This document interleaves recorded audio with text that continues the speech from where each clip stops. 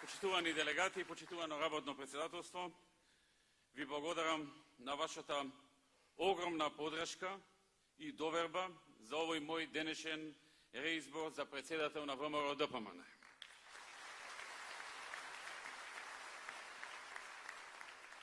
Мојата обврска да испорачам работа и резултати за ВМРО-ДПМН е дотолку поголема колку што е голема денешната ваша подршка за овој реизбор. Ние имаме заедничка цел. Ние работиме заедно. Нашата цел е силна, успешна и просперитетна Република Македонија.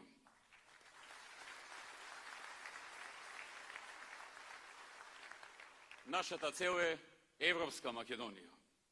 Земја со ниска невработеност, со повисок животен стандард, со побогат земјоделец, со повеќе знаење и креативност кај граѓаните, со посреќен пензионер, земја на слободни граѓани, со многу можности, можности за избор и шанси за успех.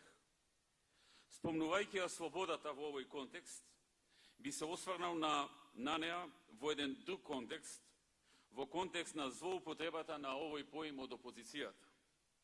Практично веќе долг период, особено по катастрофалните порази кои опозицијата ги имаше до 2009 година, ќе видите и самите според сите надписи дека преходно таква работа не се ни споменуваше, но во очигледен собствен недостиг на концепт, план, легитимна политичка стратегија, тие почнаа својата политичка агенда да ја потпираат на еден збор, а тоа е слобода. Односно, и формата на организирање која произлегува од слободата, тоа е демократијата.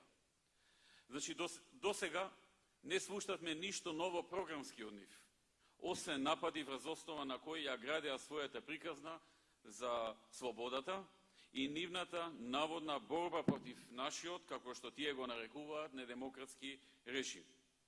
Таа приказна од различни причини, најчесто заради спроведување на интерес и влијание, односно заради причини кои немаат никаква врска со опозицијата, ја прифатија и продолжија и некои земји од меѓународната заедница. Овие земји секоја заради своји причини, некои заради стратешки интерес, иако добро ги познаваат состојбите во земјата, сепак ги користат тие алатки на некаков притисок и остварување на собствени убедувања. Не сакам да тврдам дека сме безгрешни. Напротив, имаме своји пропусти.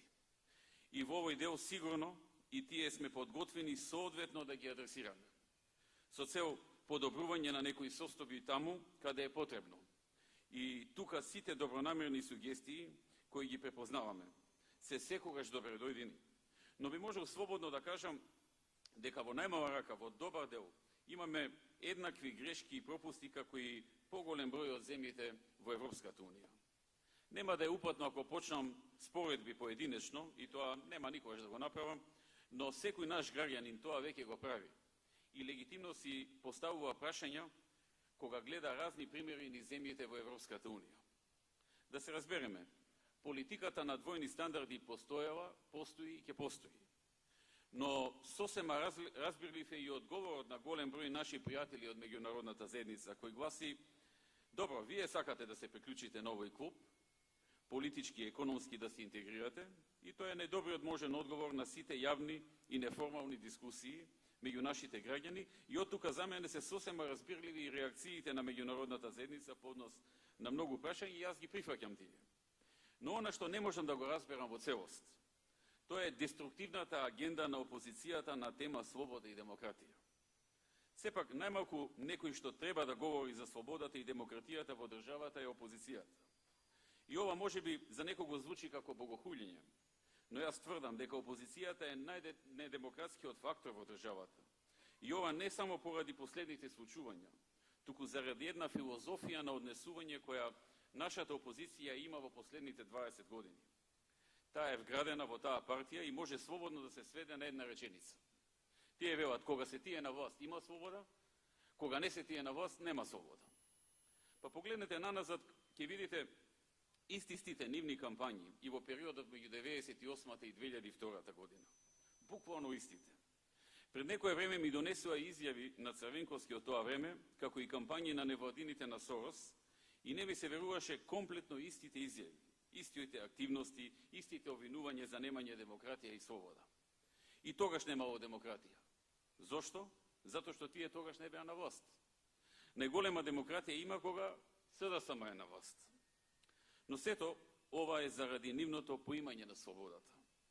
Значи, суштинската разлика меѓу нас не е дали има слобода или нема. Јас тврдам дека има и слобода и демократија, и тоа многу повеќе од некои други земји. Туку суштината е во тоа како ние, а како тие во СДСМ ја разбираат слободата.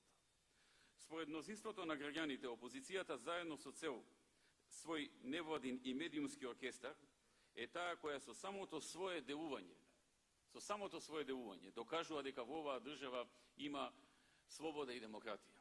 Но, за да се говори на оваа тема, добро е да се видат општите параметри кои ја дефинираат слободата, а клучниот е слободата е сила или право да се делува и размислува како што секој поединец сака и избира, без пречки или воздржувања, или пак било какви попречувања. Тоа е слободата. Слободата низ политичкото, јавно и општествено делување се потпира на повеќе фундаменти кои ја градат и артикулираат. Како основа на демократијата постојат повеќе начини на изразување на слободата. Од јавно кажаниот збор до одлучувањето за представување на ставовите преку своји представници. Не сакам да навлегувам во различни теории на демократија кои постојат и различни правци, туку сакам само да го илустрирам следното. Во Македонија нашата опозиција делува со инструментите чие постоење и начин на делување докажува само по себе дека постои демократија и слобода. Во нив се невладиниот сектор, каде доминира опозицијата со потрошени десетици милиони евра годишно, секоја година за проекти, некои корисни, но најчесто за пропаганда и оцрнување на власта и медиумите, каде под директна контрола на опозицијата, дел од медиумите, финансиска и уредувачка, се 2 национални телевизии, 1 кабловска од вкупно 6 национални, 3 дневни вестници од вкупно 6, над 30 интернет портали за кои трошат грдни пари да ги финансираат и така натаму. Потоа разни интересни групи за чие финансирање исто така фрлаат куп пари, а со една цел проблематизирање на сите владени проекти по секоја цена и слично. И потоа нема демократија.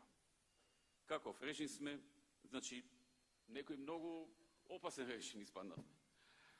Се сеќавам на времињата кога медиумите имаа забрана од СДСМ да доаѓаат на пресконференциите на ВМРО-ДПМН. Се сеќавам на времињата на апсолутни владења на СДСМ, во кои се случуваа најстрашните работи кои може човек да ги замисли, од атентати до шверцови под покровителство на тогашните власти, кражби на фабрики, неразјаснети убиства и самоубиства со по 2 крушуми, потоа ликвидации и престрелки по улици, па пак по некој шверц со цигари, нафта, кокаин. Па по некој судија ќе наместија, односно се сеќаваме сите на изборот на над 600 судии во еден ден, без присуство на опозицијата во парламентот. Тогаш ВМРО-ДПМН ја бойкотираше. Тогаш имаше демократија, нели?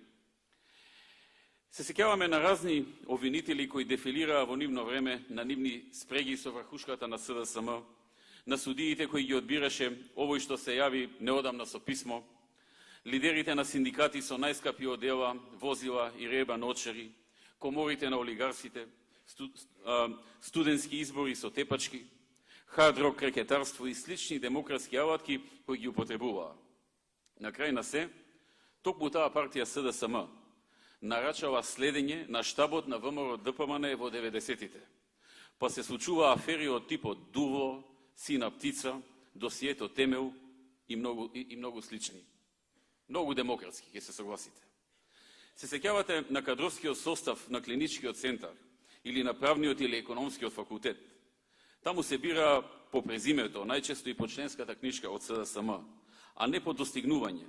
Секоја чест на оние кои со труд и работа успеваа и во тој период. Но без партијата во тоа време беше тешко изводливо некој да замисли да мрдне некаде. Не е ни чудна онаа славна изјава на Заев за бркањето од работа од чистачка до министер и за вработување преку кадровите комисии на СДСМ. Тоа е слобода и демократија, нели? Вистинска слобода. Значи, би сакал да сублимирам во една реченица. Во Македонија има и слобода и демократија. Во Македонија има влада и владеачка партија која е подготвена со секого да дискутира за слабостите во владењето и изразуваме јавно и недвосмислено став дека сакаме да ги поправиме нашите грешки со цел да го подобриме системот и демократското општество и амбиент. Но ова што го прави СДСМ нема никаква врска со слободата и демократијата. Апсолутно никаква. Тоа е злоупотреба и монополизирање на термини и кампања со само една цел, нивна политичка, доаѓање на власт по секоја цена. И секако тоа што го кажав за тоа како функционирале СДСМ и што тие подразбираат под слобода, никако не сме да не амнестира од наши пропусти кои објективно ги имаме. Ние сме должни, заради принципите и вредностите во кои веруваме, да ги поправиме нашите грешки, да се подобриме онаму каде што е потребно. И ако тоа бара одлучност и решителност, ние тоа го имаме, затоа што слободата е преважна за да се сведе на дневно политичка битка. Слободата треба да биде столб на оваа држава и ние нашето идно делување ќе го насочиме во таа насока. Сепак, денес малку повеќе ќе се задржам на она што ги одвојува земјите и државите во светот од успешни и неуспешни. Тоа се иновациите. Но има една скала која треба да ја искачиме пред иновациите, иако не ги исклучувам истите и целосно без неа, а тоа е предприемачкиот дух кај мнозинството граѓани. Тука имаме голем напредок во последните години, но ни треба уште многу. Пред се, затоа што долго ова беше табу тема, која или не знаевме што е за време на социјализмот, или тие што знаеја, малкуте мали предприемачи ги гледаа со презир. Или површно пак се дискутираше на оваа тема во првите 15 години по независноста. А всушност развојот на предприемачкиот дух кај секој еден, независно на неговата професија, е клучно за напредок, а потоа и за иновациите. Ние направивме многу семинари и работилници на оваа тема, на темата предприемништво, бизнис и иновации. Ги преведовме најпрестижните и најпопуларните книги на оваа тема од светот. Имавме и јавна, сеофатна медиумска кампања, преточена низ телевизиски спотови, тестимонијали за тоа како најуспешните, најбогати луѓе од светската историја од прилично сиромашни станале најбогати, посочувајќи ја точно нивната иновација, со која многу често почнале во гаража. Имавме и билборди, принтови, емисии на оваа тема. Потоа, предприемништвото, бизнисот и иновациите ги воведовме како задолжителен предмет во сите 4 години на средно образование и во завршната година на основно образование. А во пониските одделенија на основно образование ги вметнавме како дел од содржината во други предмети. Конечно, донесовме и стратегија за иновации, која работевме со врвни меѓународни експерти, закон за оваа материја и посебен фонд кој треба по одредени процедури да ги поддржува иновациите, да им дава неповратни грантови, да им обезбедува така наречени акцелератори кои треба да го забрзаат процесот на комерцијализација на иновацијата и се што следи со тоа. Јас водам специјално формиран комитет за иновации во владата со многу надворешни соработници во него, а имам ангажирано еден од најдобрите светски експерти за иновации и системи кои ги поддржуваат иновациите. Човекот е од Израел и навистина има импресивно CV и искуство. Фондот веќе ги објави првите конкурси за доделување помош за иноватори, а формиравме и меѓународен комитет од врвни експерти и кредибилни личности, кои независно и стручно ќе ги оценуваат апликациите за грантови. Направивме и многу други чекови и има сериозно поместување, но се уште, освен за една мала група луѓе во Македонија, поимот иновации се восприема како нешто што ние не го можеме, туку тоа може само некој друг, како нешто многу сложено, или како правење на најсовремен свемирски брод, па демек не сме ние стручни за тоа, или не знам каков паметен компјутер кој се уште никој не го измислил. Да, тоа се иновации, што ги спомнав. Но иновациите ги имаме на секој ќош, каде и да се свртиме. И од тоа заработуваат милиони и милиони луѓе, без сериозен паричен влог, или пак некогаш и без инвестиција, односно инвестиција нула. туку само со употреба на својот мозок.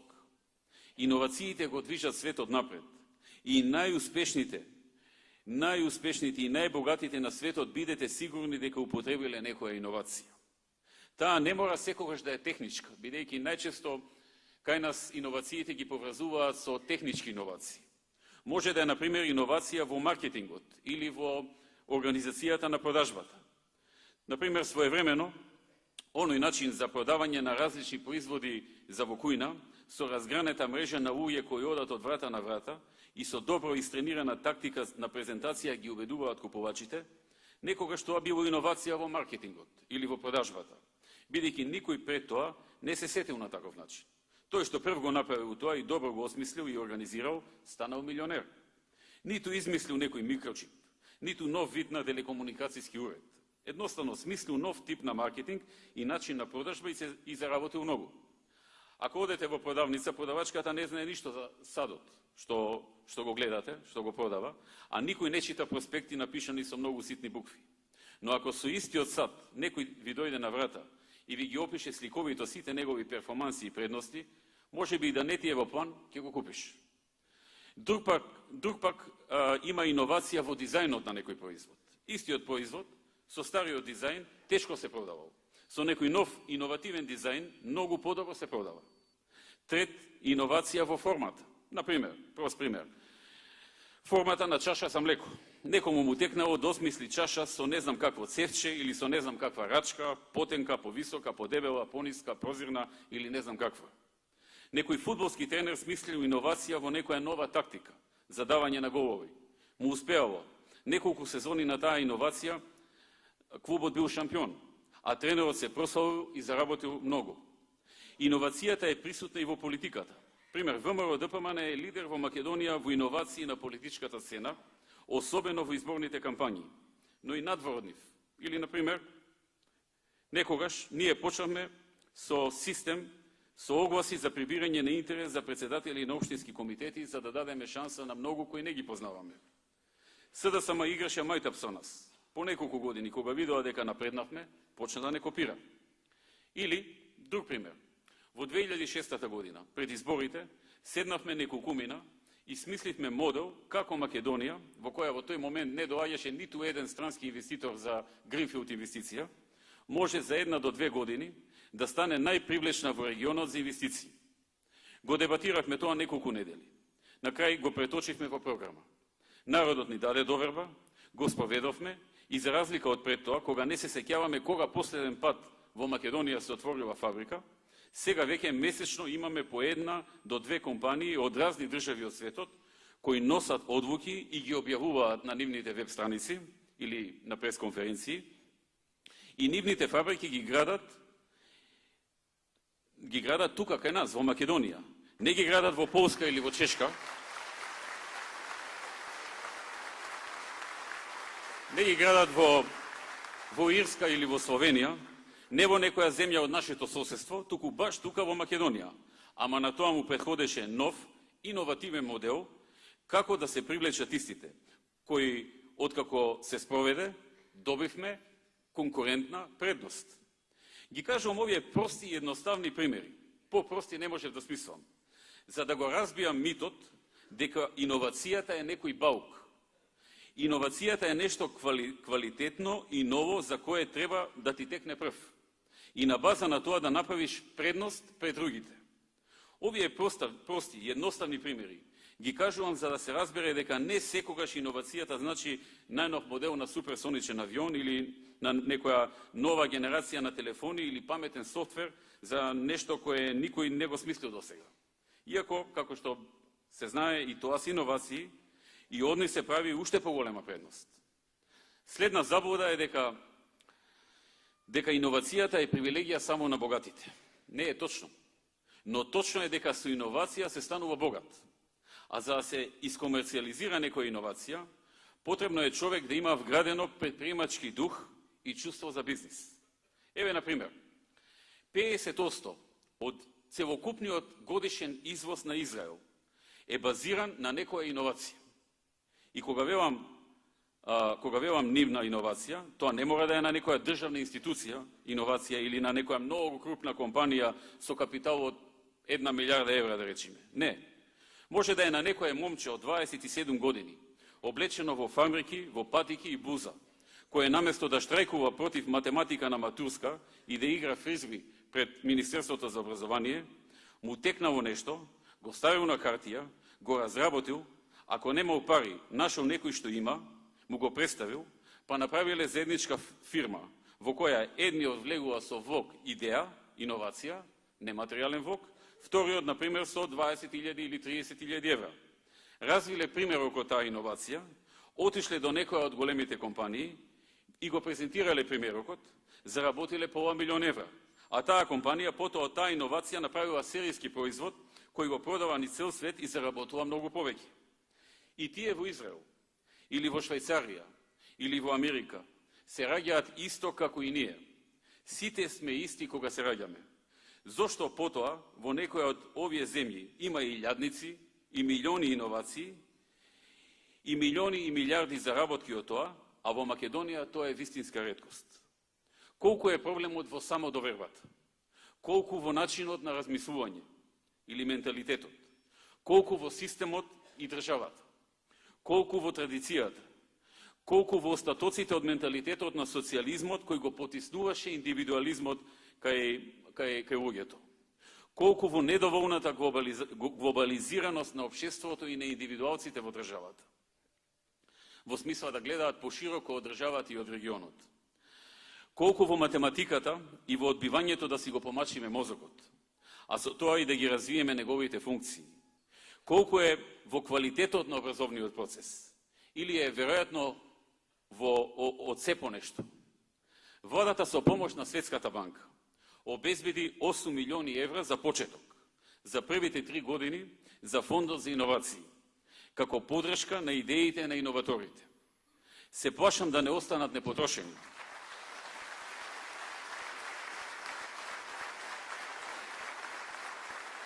Благодарам. Се плашам да не останат непотрошени, бидејќи меѓународниот борд, кој е одговорен за нивна распределба, ќе бара обмислени идеи, а не пусти желби. Сакам овој мој настап по повод реизборот и добивање на нов партиски мандат да го посветам на оваа тема. Како да помогнеме на нашиот народ да стане поуспешен преку нашиот единствен и најмоќен ресурс, а тоа се нашите мозоци. Како на ваков начин и со примен ваков дух и начин на живот и начин на размислување да станеме поуспешни како индивидуалци и како нација. Еден ми вели, јас мислив многу идеи, ама тука никој не ми ги разбира. Добро, но кој бара од тебе да ги продадеш само тука? Ако се навистина добри, закажи по интернет во некоја светска компанија низ Европа да ти овозможи презентација, купи карта за 20-30 евра преку Визер, бидејќи тоа се владата го овозможи, и оди, продај го надвор. Зошто сме се ограничиле дека нашата идеја, односно нашата реализација, мора да е само во нашиот град, или во соседниот град, или во нашата држава, или пак во нашиот регион? Сега не ти требаат визи, како порано. Ти треба идеја, интернет и упорност. Ако е доволно добра идејата, фирмата ќе те викне и на нивни трошок. Еве, например, компанијата Apple секоја година кани на специјално организирана конференција 5000 креативни луѓе од цел свет, кои знаат да смислуваат апликации за мобилни телефони. Секој што сака да оди таму, аплицира, дел потоа тие ги канат директно, откако ќе ја разгледат нивната апликација, а оставаат еден дел да ги бираат по лотариски систем. Оние апликации кои ги имаме на мобилните, за играње тенис, или за временска прогноза, или за слушање радио, или некоја детска игра, некој индивидуалец од било кое место на земјената топка ги смислил и му ги продал на Apple или на Samsung. А ние мислиме дека го смислил некој не знам како врвен стручњак блиску до чудо човек. Не, можеби е некој момче или девојка од соседната улица, кој е заработило 100.000 долари од тоа, но не се фали со тоа. Сепак во овие држави, што ги земав за пример, не е тема дали оценките на факултет треба да се добиваат со учење и со знаење или не. Нема протести на средношколци кои во 21. век протестираат за матурскиот испит да не го полагале електронски, туку на хартија. Имаме многу да изодиме, но мораме да го направиме тоа, доколку не сакаме да останеме само работници во текстилни фабрики или пак невработени со завршен факултет. Затоа во вчерашниот мој говор кажав дека наша обврска и незавршена работа е квалитетот на образованието. Затоа изразив разочарување не толку од учениците, туку од дел од нивните родители, кои кусо гледо застанаа за децата. Демек, да не им се мачат со математика, а тоа што со вакви навики може да се мачат цел живот, тоа не го гледаат. Уште на крај и виновни излеговме, што сакаме да им обезбедиме поголеми шанси и поголем избор во животот. Уште повеќе ме разочараа оние родители кои ги поддржаа протестите на децата, не заради тоа што сметаа дека е исправно нивното барање, туку заради тоа што се од спротивна политичка опција од нас. Политичките спротиставености наспроти иднината на нивните деца. Абсурд.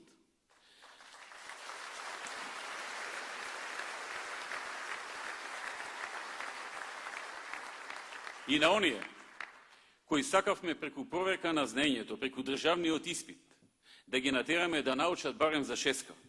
Оти ним ке им треба тоа знаење, а не на мене нивното знаење. И на оние кои сакаме да ги охрабриме да учат математика, независно што ќе работат во животот. И дали таа ќе има допирна точка со математиката. Клучно е што математиката го развива мозокот, ја развива логиката, го развива рационалното размислување, или народно кажано, ги развива виугите на секој млад човек. А мозоците се нашиот најсилен ресурс, кој не се троши, туку се развива.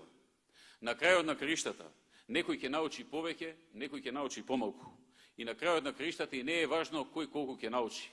Важно е обидот, важно е фокусот, важно е човек да се обидува да ја научи, затоа што на тој начин се развиваат когнитивните функции на мозокот. Еднаш, возејќи се во владиниот авион, патувајќи, разговарајќи неколку дискусии, заедно со неколку членови од владата, дојдовме и на една тема, а темата беше од кој бизнис во светот најмногу се заработува, коментирајќи ги бизнисите на најбогатите луѓе на светот. Некој рече од нафта и газ, друг од производство и трговија со струја, трет вели од телекомуникации и го посочи, например, Карлос Слим. Следниот вели од компјутери и така натаму. На крајот заклучивме дека најмногу заработка, а и со најмал влог, истовремено се прави од иновација каде и да е. Земете го примерот што го спомнав со апликациите на мобилните телефони. Инвестираш 0 денари, а можеш да заработиш милиони евра. Или нека не се милиони евра, не се сите толку успешни, да не личиме преамбициозно. Нека се и, например, 20.000 евра годишно. Малку ли се? Колку подобар би бил животот на многумина во Македонија, ако, например, 200 или 300.000 наши граѓани, преку правење на разни програми или апликации, заработуваат скромни 20.000 евра годишно, без денар вложен инвестиција. Единствен влог е во учењето и знаењето, во развиената креативност, самодовербата и упорноста, но и волјата, доколку ќе вложиме напор и ќе ги развиваме нашите мозоци. Да градиме таков систем и да градиме такво општество, паметно општество. И за ова ни треба еден меѓупартиски консензус, за да не си ставаме сопки на секој чекор. Сушност, има 5 теми за кои власта и опозицијата, независно кој е на власт, а кој е во опозиција, треба да имаат меѓупартиски консензус или кроспартиски договор, со кој нема да дозволиме да се дел од дневната политика и препукувања, и меѓусебни сопки, и собирање на дневни политички поени. Таквиот договор, доколку опозицијата е спремна да го прифати, ќе ни донесе голем напредок како држава. Ние го нудиме тоа. Тие 5 се следните. Прво, повисок и максимално висок квалитет во образованието, Тук иновациите би ги сместил во оваа група и предприемништвото, вклучувајќи ги мерките за олеснување на бизнисот. Второ, прашања поврзани со стабилноста на земјата, како што се меѓуетничките односи и по-генерално безбедноста на земјата. Трето, проблемот со името. Четврто, напорите за отворање на работни места. Тоа треба да биде заедничка цел и да немаме сопки за тоа. Пето, согласноста дека во секоја сфера и во секој сектор треба постојано да си поставуваме повисоки стандарди, како што вчера говорев за ново поставените стандарди, за да некој биде примен или да напредува во администрацијата или пак во судството согласно најновите закони кои стапија на сила годинава и ланската година. Ние сме земја, за жал, со многу ниски стандарди, скоро во се, и со многу отпор да се зголемат. И затоа не сме доволно меѓународно конкурентни. Кажано со речник, например, на атлетиката, летвичките кои ни се поставени и на кои се надпреваруваме за скок во височина се 1,70 м, а во светот денеска се скока 2,45 м. Тоа е нашиот проблем. И имаме отпор тоа да го примиме и да го поместиме. Нашите шампиони надвор не можат, со ретки исклучоци и со честни исклучоци, надвор не можат да обезбедат ни пласман за Олимпијада, а камоли медалја. Ова важи скоро за се. Ни требаат повисоки стандарди во секоја област. Ова важи и за универзитетите, кога станува збор за знаењето и за креативноста. Ова важи и за постигнување на најниски трошоци и најголема ефикасност во производните капацитети што произведуваат некој производ за кој има остра конкуренција ни светот. Ова важи за приносите во земјоделието, достигнувањата во знаењето по математика, кумулираното знаење во медицината, истражувањата во науката и буквално во секоја сфера, квалитетот на градбите што се градат, квалитетот на засадената трева, ако сакате, квалитетот на контролите на инспекциите, квалитетот во основното и средното образование, квалитетот на многу производи кои ги произведуваат дел од нашите компании, бројот на издадени научни трудови во списанија со импакт фактор на значаен дел од професорите, и така натаму, и така натаму. И никој не сака да си го наруши комодитетот и да дозволи поставување на повисоки стандарди. Ако некој друг им ги постави, тогаш следува штрајк и пленум.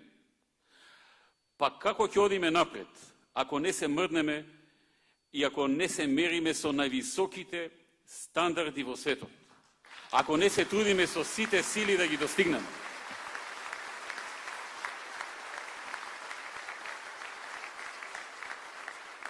Која е иднината на државата во една таква зашмаеност? Тука не амнестирам ни државата, ни водата. Сите сме во ист вонец.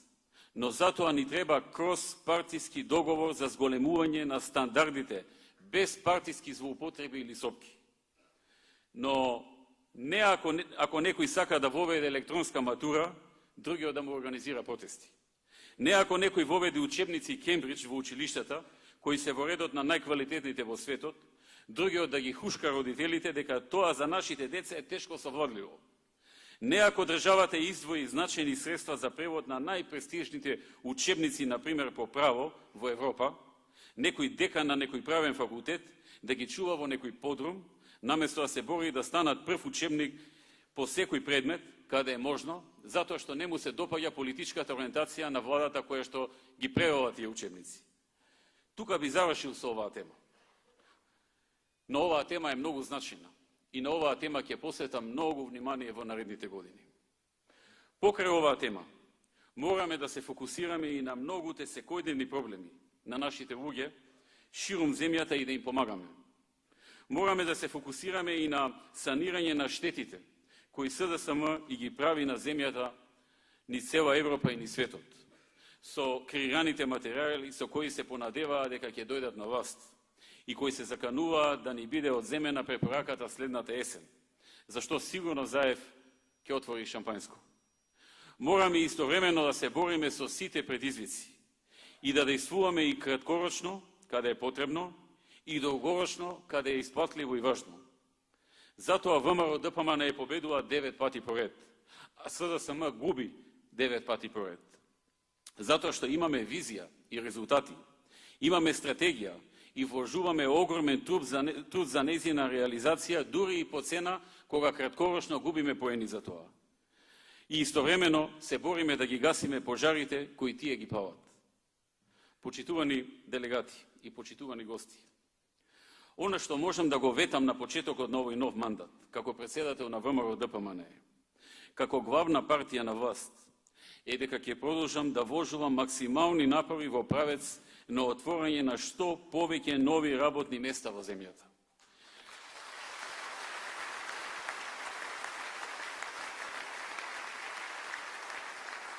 И со тоа решавање на проблемот на невработеност како најгорлив проблем на нашите граѓани. Ние на изборите ветивме, на последните избори, отворање на 64.000 нови работни места во нашиот мандат. И јас стојам за тоа ветување. И не само што стојам, туку и денонокно работам на тоа, заедно со мојот тим.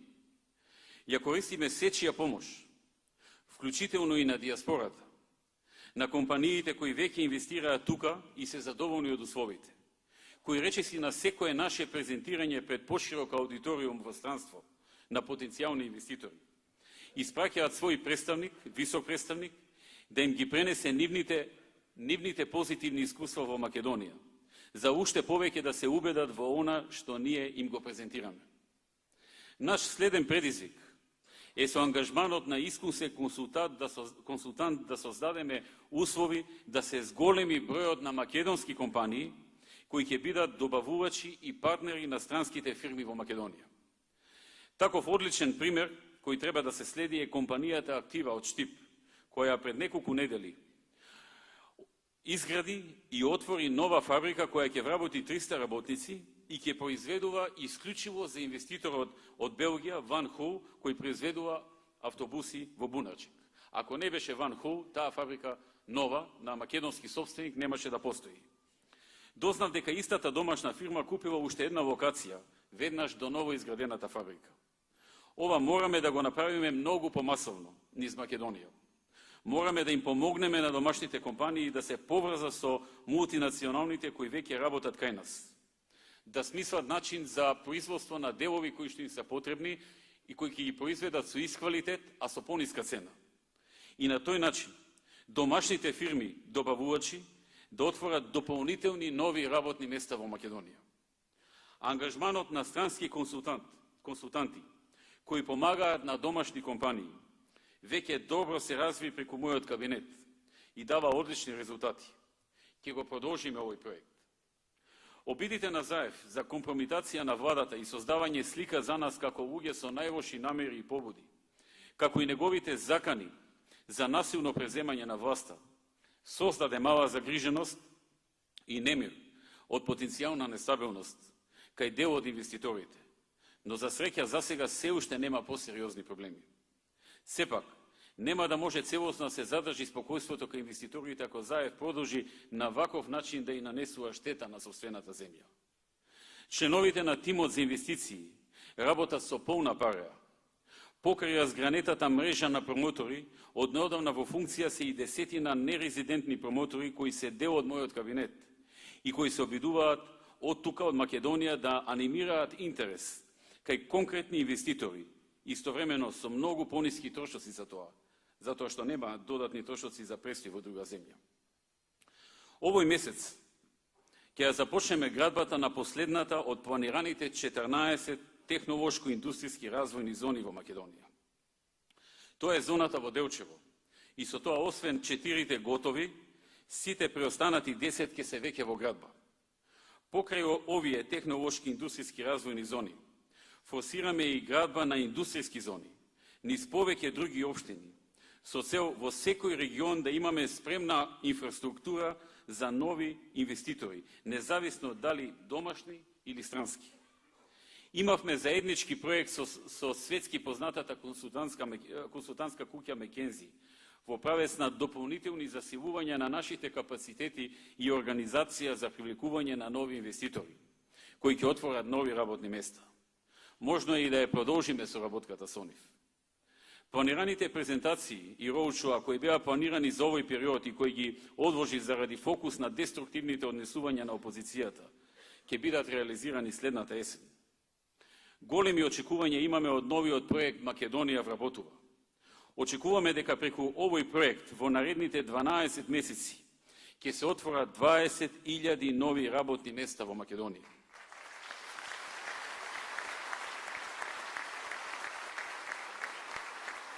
А со проектот се таргетирани најчувствителните и најранливите групи на невработени во Македонија. Многу се трудиме инвеститорите да бидат распределени на секаде низ Македонија, а особено таму каде се уште не сме убедиле некој инвеститор да дојде. Во тој правец, клучна е и подготвеноста на самите градоначалници, со спремни и правно чисти локации, со донесена инфраструктура, бидејќи кога инвеститорите бараат локација, немаат време да чекаат доправа градоначалникот да рачистува имотно-правни односи или да гради комуналии. Затоа апелирам до градоначалниците секогаш да работат на зголемување на бројот на индустријските зони или нивно проширување. Мораме исто така да продолжиме со трендот на инвестиции во инфраструктурата.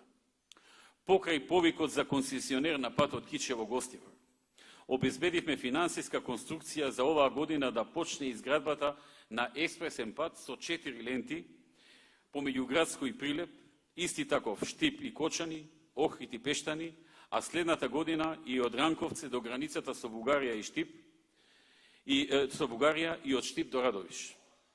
Ова и уште поголем број на градби и реконструкции на помали патишта кои се во план ќе даде дополнителна енергија на градежниот сектор, кои сигурно ќе ја зголеми вработеноста, а долгорочно овие патишта ќе влијаат на развојот на економијата. Во енергетиката, исто така ќе се продолжи и со развојниот циклус со градба на повеќе проекти, кои исто така ќе продуцираат и развој и вработување. Наскоро следуваат носење на закони за отворање на 2 до 3 нови зони, нови видови на зони. Тоа е слободната здравствена зона, слободната IT зона, а доколку се усогласиме со Брисел околу деталите и меѓународната финансиска зона. Сите тие ќе донесат нов квалитет и нови можности и шанси. Посебен осврат имаме и ќе имаме на земјоделието. Таму вложуваме многу преку голем број на проекти. И мислам дека растот на оваа гранка може да е уште поголем од она што досега го имавме, имајќи ги во предвид големите вложувања на државата. Таму ни е потребна уште поголема модернизација и посовремени методи на работење.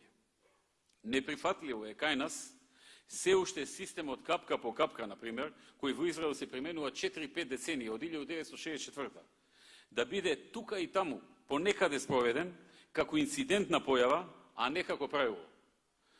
Например, во еден од случаите каде помогна и USAID на неколку хектари се спроведе овој систем. Преходно се произведува 5 до 6 тони пченка по хектар. По спроведувањето на овој систем се спроведуваат 17 тони по хектар.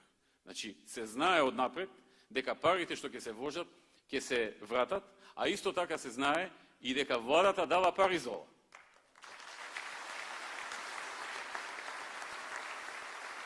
На тој начин, со исти трошоци ќе имаме помали приноси. Сега имаме помали приноси, односно кога ќе го воведеме, ќе имаме поголеми приноси. Во време кога во Холандија се повеќе и во Европа, се повеќе наместо во земја, се сади во смеса од кора од кокос.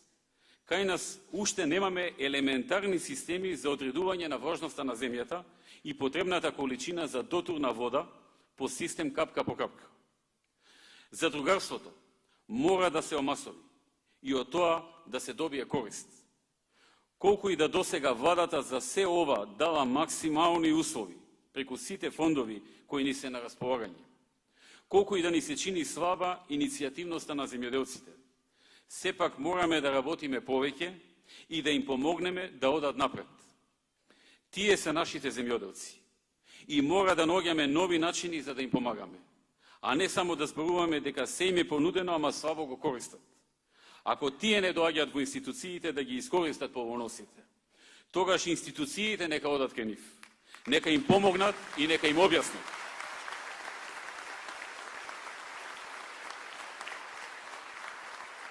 Нека им ги пополнат формуларите, ако не можат сами. И нека направат поголеми напори да им се помогне. Министерот за земјоделие и неговиот заменик, ако сакаат да го носат епитетот успешни, мора да најдат повеќе инвеститори кои ќе изградат големи откупно-дистрибутивни центри за откуп на земјоделски производи, како што ги најдовме и донесовме Агрокор во Струмица и Ейполенд кој моментот гради во Ресен, од каде ќе откупува и извезува јаболки за Блискиот и Средниот Исток. Членовите на тимот за инвестиции и промотерите мора да најдат начин да им помогнат на министерот и заменикот за земјоделие во тоа. Имаме зголемување на извозот за земјоделски производи, но тоа зголемување може да е многу повисоко. Потребни се додатни напори и фокус на овој дел. Почитувани делегати, некои пријатели ми велат, кој ќе ти каже фала за овој труд, за овој напор, за оставање на најубавите години во оние 4 зида во главата. Решавајќи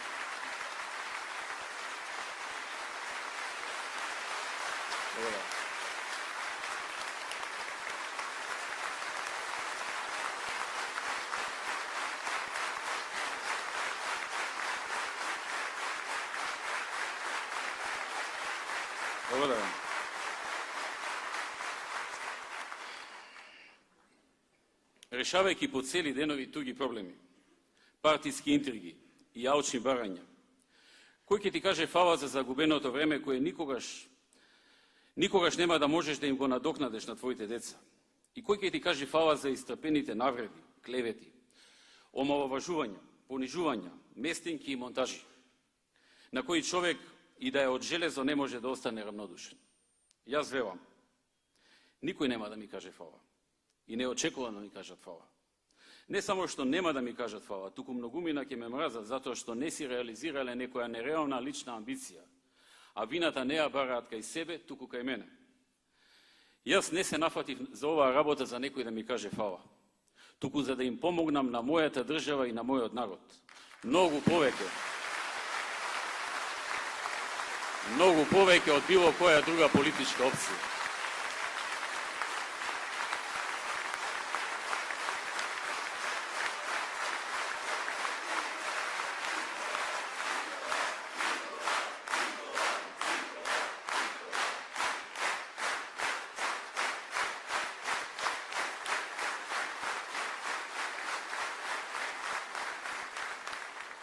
Во минатото сум бил незадоволен и сум го коментирал тоа.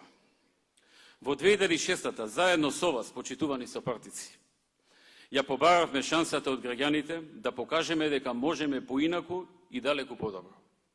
И сите ние заедно покажавме. Затоа доаѓаат и успесите на изборите.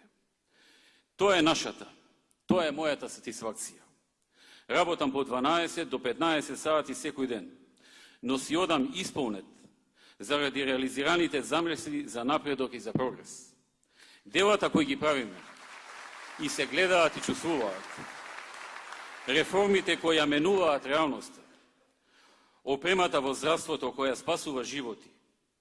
Новите фабрики и новите работни места кои ја враќаат на смевката кај луѓето. Се мојот личен приклучок во струја кој ме полни со енергија да продолжам да работам и ви благодарам на сите вам за сиот ваш труд и разбирање, кога истите откажувања ги барам и од вас. Да сте живи и здрави. Да живее ВМРО ДПМН. Да живее Република Македонија.